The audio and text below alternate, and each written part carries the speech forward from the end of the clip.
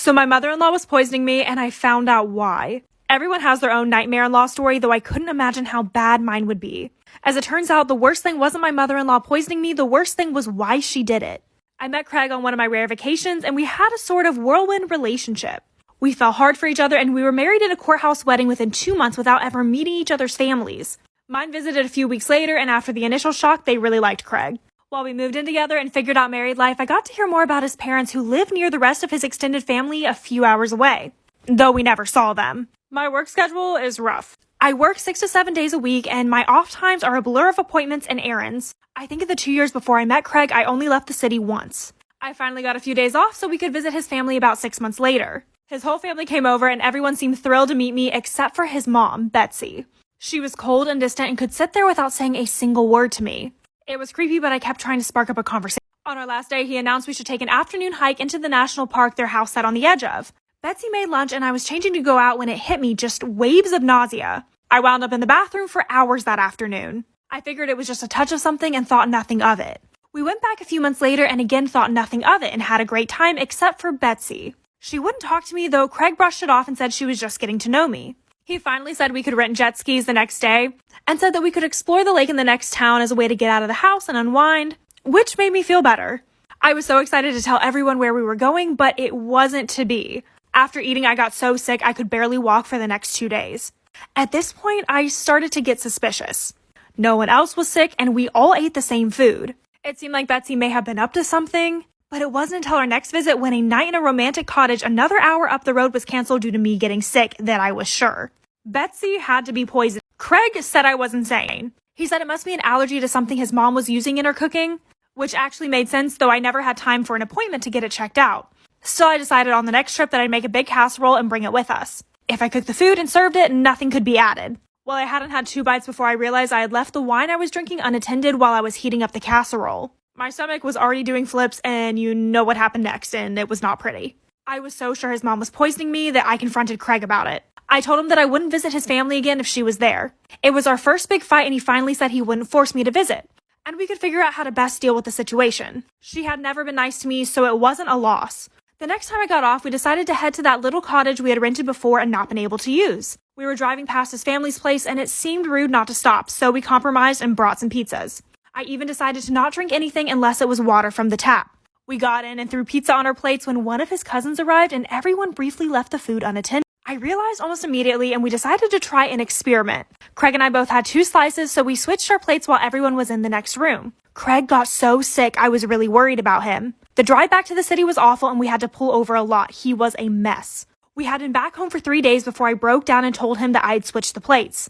I've never seen such anger before. The rage in his eyes is something that I'll remember for the rest of my life. He shoved me into the wall and then came flying at me. He threw me on the couch, but I somehow managed to grab my keys and phone and run out the door, not even wearing shoes. I luckily got to the elevator and made it to a friend's place safely, finally turning off my phone after I missed his 47th call. I had no idea what to do or when it would be safe to go home. It was the scariest time of my life. It was 2 days before I turned my phone back on when I heard a message from the police, and I drove upstate immediately. Craig was dead. Betsy had shot him after he broke into her house and charged her with a knife. I learned that Craig had been married once before, and his wife had died in a tragic hike. Craig had made a lot of money in the life insurance payout, and Betsy always suspected Craig had killed her and was nervous about letting me be alone with him, especially out in the remote area he was so familiar with from his childhood. So she ensured that every time he planned an outing that I would be sick. It wasn't easy, but she didn't think that I would believe her, as no one else had ever shared her suspicion about Craig. I found the life insurance policies he took out on me without my knowledge afterwards, and refused to press charges against Betsy since she was only trying to protect me. I still visit her from time to time when I need to get out of the city, and I love her cooking. 2 of the most terrifying dolls to ever exist come down to Robert the doll and Annabelle. And first, we'll just start with Robert. And I'm going to be as respectful as possible when talking about this because apparently if you're not, you could die. That's why Robert's casing is filled with apology notes from people who have had severe bad luck after disrespecting him upon seeing him at the museum. So let's get into Robert's backstory. As you guys know, the movie Chucky, who was based on this homicidal doll, was inspired by the doll Robert. Well, there was this family, the Otto family, and back in the early 1900s, they had a 10-year-old son named Eugene, who was given a doll that was gifted by one of the family servants. Well, this doll is honestly just very creepy. He is 3 feet in length, and dressed up in a sailor's costume. And while this is terrifying now, back in the early 1900s, he was just a normal doll. Well, upon receiving the gift of Robert, Eugene got extremely attached to him. He'd bathe him, eat with him, and even sleep with him. I'm debating on seeing if this doll that I have is haunted. I'm a little scared to ask it questions, but maybe we'll try. But first, let's finish Robert's story. So Eugene continued to get more and more attached to this doll. And while this was normal at the age of 10, by the age of 13, it was a little much. His family would walk by his room and hear him talking to Robert. And they would hear Robert respond, but at first they thought Eugene had just made up a voice for him. But one day the mom looked in to hear Robert's voice, which was very deep, and did not see her son's mouth moving. So the father got terrified and was like, hey, you need to stop sleeping with this doll. And trying to convince them, he was like, he might get dirty. But he was just trying to create that separation. And when this happened, they walked back into his room in the middle of the night because they heard screaming and crying. And they walked in to see furniture thrown and his toys mutilated. As time went on, scratches occurred on the wall, things were broken. And Eugene would always blame Robert for these things.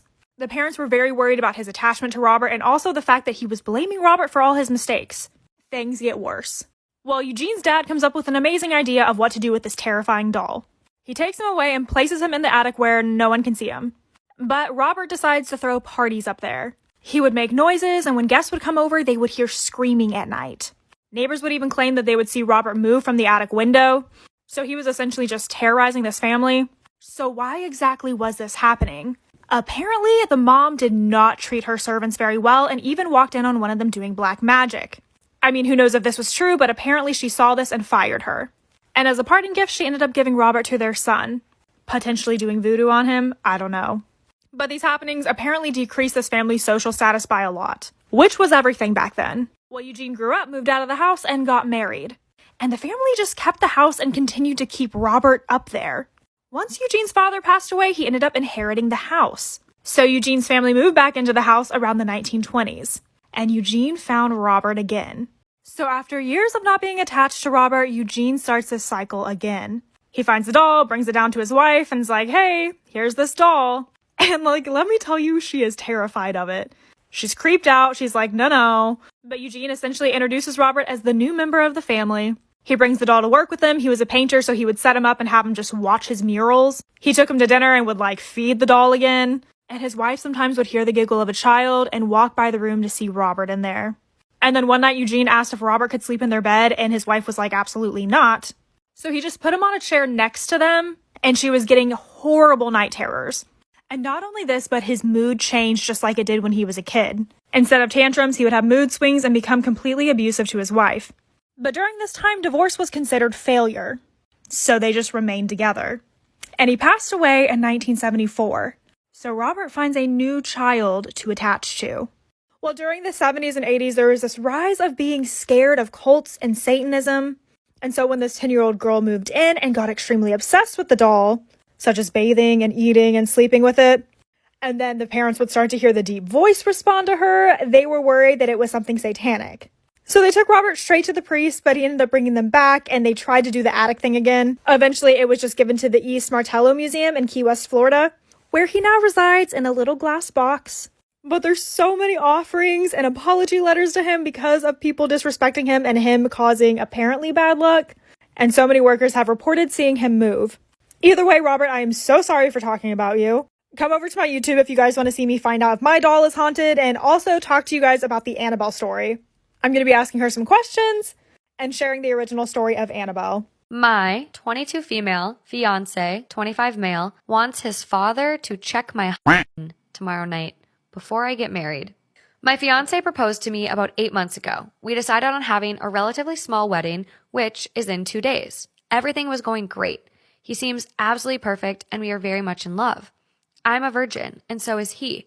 He wanted to save it for marriage, and I wasn't fussed, so I agreed to saving it. He has told me earlier that in his family, the father checks the virginity of the bride the night before the wedding. I laughed this off as it seriously sounded like a massive joke. Nope. Turns out he was dead serious. He wants me the night before in a small ceremony type thing so his dad can check me while him, his brothers, and uncle can watch so that they know I am still pure. What? I told him fat chance I'm going to do that, and he was begging me to go through with it and how important. My friend's mom tried to stab me and my sister. Storytime. Yes, honey, you heard that right. She tried to stab us with a knife. So at the time, me and my sister were 8 and 9 years old. And we went to the pool every single day. And we eventually made friends with this boy. We're gonna call him Tomato. Then our parents ended up making friends with Tomato's mom. Like, they ended up becoming really good friends. And after a couple months, Tomato eventually asked me and my sister to spend the night. Well, our parents surprisingly said yes. This is the one time, and the one time only, I wish my parents would have said no. Well, anyways, we went to the sleepover. By the way, it was our first sleepover we've ever been to. So we get there around 5, and we're having a blast. We made forts, we watched DT, we ate popcorn. For our first sleepover, it was going wonderful. However, the whole time we were at this sleepover, his mom was in her room. 11 p.m. comes around, and the mom comes out of her room, smelling like alcohol. She was drunk. And she comes out, she starts screaming at us. She thought we were home invaders. Then she goes in the kitchen and grabs a knife. Am I the asshole for getting mad about my mom marrying my fiance's dad? What? I, 24 female, and my fiance, 24 male, have been together since our sophomore year of college, so around 5 years now. For context, my mom had an affair with a coworker when I was 16, leading to my parents' divorce. She has been single ever since. Sadly, my fiance's mom passed 2 years ago due to cancer, and his dad has been single since. My fiance proposed last year, but our wedding was delayed due to COVID. 3 months ago, in January 2021, we decided it was time to have our families meet for the first time to discuss our upcoming wedding. This went well. This morning, out of the blue, my mom called me and announced that she had eloped. I was shocked as she had not been dating anyone to my knowledge. Upon questioning, it turns out that she and my fiance's dad had been dating in secret since that meeting in January and had married in secret yesterday, making my fiance my stepbrother. Preview, and in the little bubble preview, I can see her taking a selfie with some guy. And I was confused. I'm like, maybe it's her cousin or something, or maybe it's someone that she knows in her family. So I open up the Snapchat story, and it's a photo of her and this dude's kissing her on the cheek while they're out to dinner together, and the caption reads, I shit you not, happy 6 months, with a heart. And I am just like in shock. I'm like, what the hell is going on? Like, no way this is happening right now. So I don't know what she was thinking posting that story, or if it was an accident or what, but it seemed like it wasn't accidental. But I recognized in the photo what restaurant they were at. It was a restaurant that we had been at just earlier that week. So me, being petty and wanting to figure this out. One time I was behind the register at Victoria's Secret. This customer walks in and immediately everybody spots her as a red flag.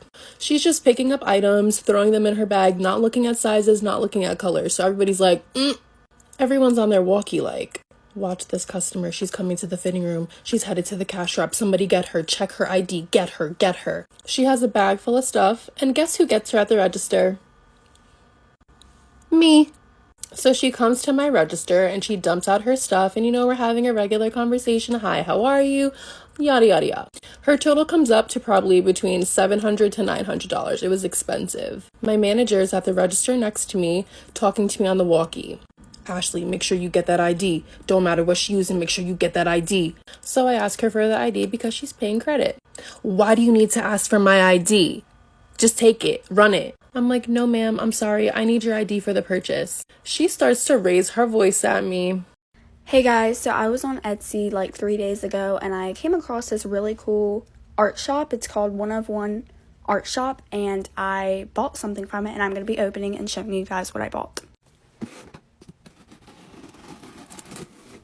Before I open this box, another thing I want to point out is I ordered this, I would say 3 days ago, and I got it today. Like, it came very fast.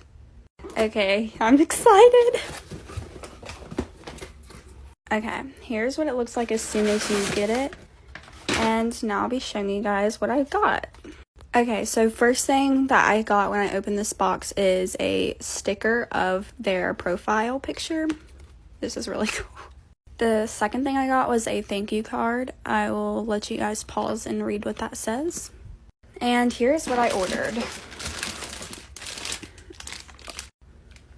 This looks a lot better than I was expecting it to look.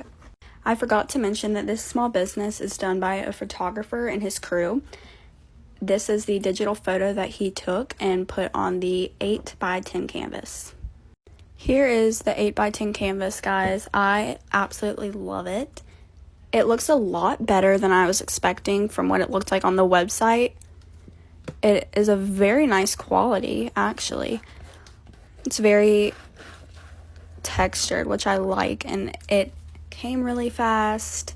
You can tell a lot of hard work got put into this, and something that I need to mention is that if you guys want to go check out this small business, it will be linked in my bio. You guys should definitely go check it out and help support it, boost it, because this was amazing. And these canvases are only one of a kind. So once it's sold from the shop, you will never see it again. He takes new photos all the time.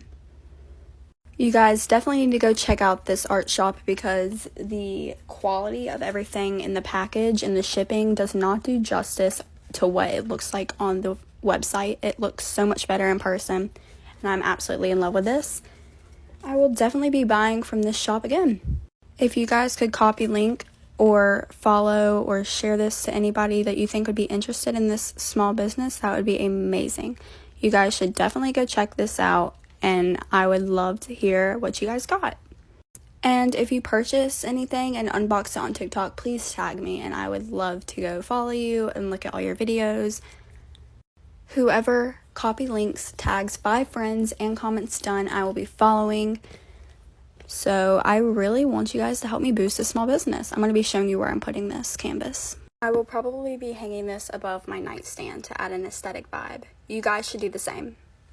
And she instantly said to me, hey, so I'm gonna need your number for work purposes. So I just put it in there because she said it's work purposes, and I don't want to really argue with my own manager. I remember the next day I was playing Minecraft on my PC, and I was just, doing some average parkour like you guys are watching right now. And then I remember literally getting an ad on Snapchat from someone that had the same name as my manager. Like, adding her back, and I snapped her, hey, and then she instantly snapped me back, and I realized it was my manager. So I just said, like, what's up? Because I don't know, I was trying to make it like normal, I guess. And I remember her snapping me saying, are you busy today? Now, instantly, I thought she was gonna make me go work. So I instantly made up some like random excuse that people usually do when they want to get off work. And then the next snap she sent me is the most insane thing ever. Literally, it was her and her mommy milkers just chilling in front of her mirror in the bathroom saying, damn, I wish you could come over. My girlfriend is so embarrassing, it's not even funny. So last week we were grocery shopping, and my girlfriend got caught stealing a can of plum tomatoes. Plum fucking tomatoes. So anyway, she got caught, and now she had to go to court today, so I came with her. On the way to court, she's crying at me, this and that, and I feel for her, but she's really scared. So in the courtroom, the judge asked my girlfriend, he goes, excuse me, ma'am, I understand that you stole a can of plum tomatoes. Now, how many plum tomatoes were in that can? So my girlfriend answered the judge, she says, 6, Your Honor. So the judge looks at her and goes, I'm going to sentence you to 1 night in jail for every plum tomato that you stole. My girlfriend turns to me and starts bawling her eyes out. And she's like, do something, please help me. So I look at the judge and say, Your Honor, she also stole a can of peas last week too. Part 2 of how my mom was putting my dad's ashes in me and my brother's dinner. Continuing on with the story, after I see her literally pouring my dad's ashes into our mashed potatoes, and this lady literally sees me staring at her pouring the ashes into our mashed potatoes, and she doesn't even say anything. I was just, a little shocked. So after that, I just kept quiet until after dinner, and I was mad at my brother that night, so I just let him eat the mashed potatoes. So after dinner, I went up to my mom and asked her why she was putting our dad's ashes in our food. Her exact words were, your father was a bad man. He wasn't meant to be here. I said, what does that have to do with you putting his ashes in our dinner? She goes, it will just cleanse your soul. The witches told me to feed my children's father to them. Bishwe? I ended up telling my brother, but then me and him decided not to ever say anything ever again because we don't want her little spirits telling them to do the same thing with us, so...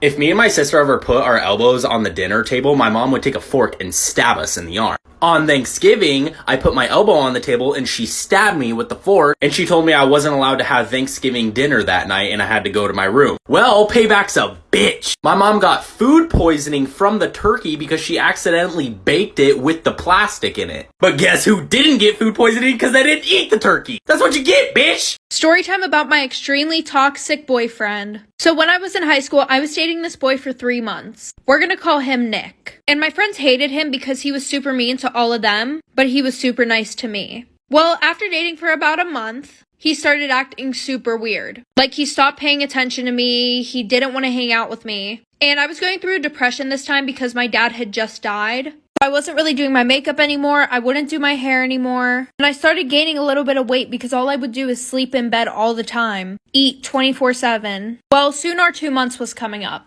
And he wanted to go to this party. So I literally begged him to FaceTime me. And I was asking him, oh, what should I wear? So I put on this dress that was really tight fitting, which I was already super uncomfortable about wearing because of the fact that I had a little bit of a belly now. So he picks me up, we go to this party, and I go and I start hanging out with a few of my friends. Well, one of my friends comes over and shows me something that he posted on his private story, Life for Part 2. Part 2 about my extremely toxic boyfriend. So like I said, one of my friends comes over and shows me something that he posted on his private story. It was literally a screen recording of me trying to get the dress on that was super tight fitting. And then a screenshot of my face after when I had the dress on. Because obviously I was upset that it didn't fit the way it did before. And the video said, imagine having a girlfriend that was fat as hell. Ew, I have one. Then the picture of me said, ew, she's sad now, like what the fuck, go to the gym and lose some weight. On his private story, which had one of my friends, and she was super pretty, and apparently he tried getting with her. That's a whole nother story. So after that, I Ubered home from the party, and as soon as I got home, I started crying and I told my older brother about it. So he literally drove us back to the party and beat the absolute shit out of my boyfriend. Well, someone called the cops, my brother spent a night in jail, and my boyfriend got an underage. And my brother won't talk to me now because I'm back with my boyfriend. Okay, story time. So I work at a jewelry store, and today a man came in looking for a gift for his wife for their 10th year anniversary. He ended up picking out a piece that said, my beautiful wife. And I said, anything else for you today? And he said, no, that's it for her, but I do want to make another purchase using a separate credit card. And could you possibly create a different account for me? And I said, sure, what are you looking for? And he said, do you have anything that says girlfriend? And I said, yes. And he said, perfect, I'll take it. And do you have anything that says happy 1 year anniversary to go with it? And I said, yes. And he said, perfect, I'll take it. So I boxed everything up all nice and I put them in their respected bags. He had me mark a K for Kristen on the bottom of his wife's bag and an L for Laura on the bottom of his girlfriend's bag. I put pretty bows on them. I handed it to him. I said, they're gonna love it. Have a nice day. And he said, thank you. And shit, I just remembered that his wife's name is Laura and his girlfriend's name is Kristen. I must have mixed up the bags. Oops. My cousin Millie is 30 years old and is an ER nurse. Her birthday was a few days ago and we planned a birthday prank which was leaving a fake snake on her cake. All fun and games because we do this every year to every family member. Well, apparently this year Millie didn't want it, so she was pretty pissed at the fact that we didn't. Now, a few days ago while I was in school, I got a call from Millie during lunch. I thought it would be her saying she's picking me up, but it wasn't. She proceeded to tell me that my mother had passed away in a car accident. My heart dropped and I felt like puking. My mother and I don't have the best relationship, but I still love her. Millie began to tell me the details of the death and what exactly happened to the point I hung up on her and called my mother. My mom, who was supposedly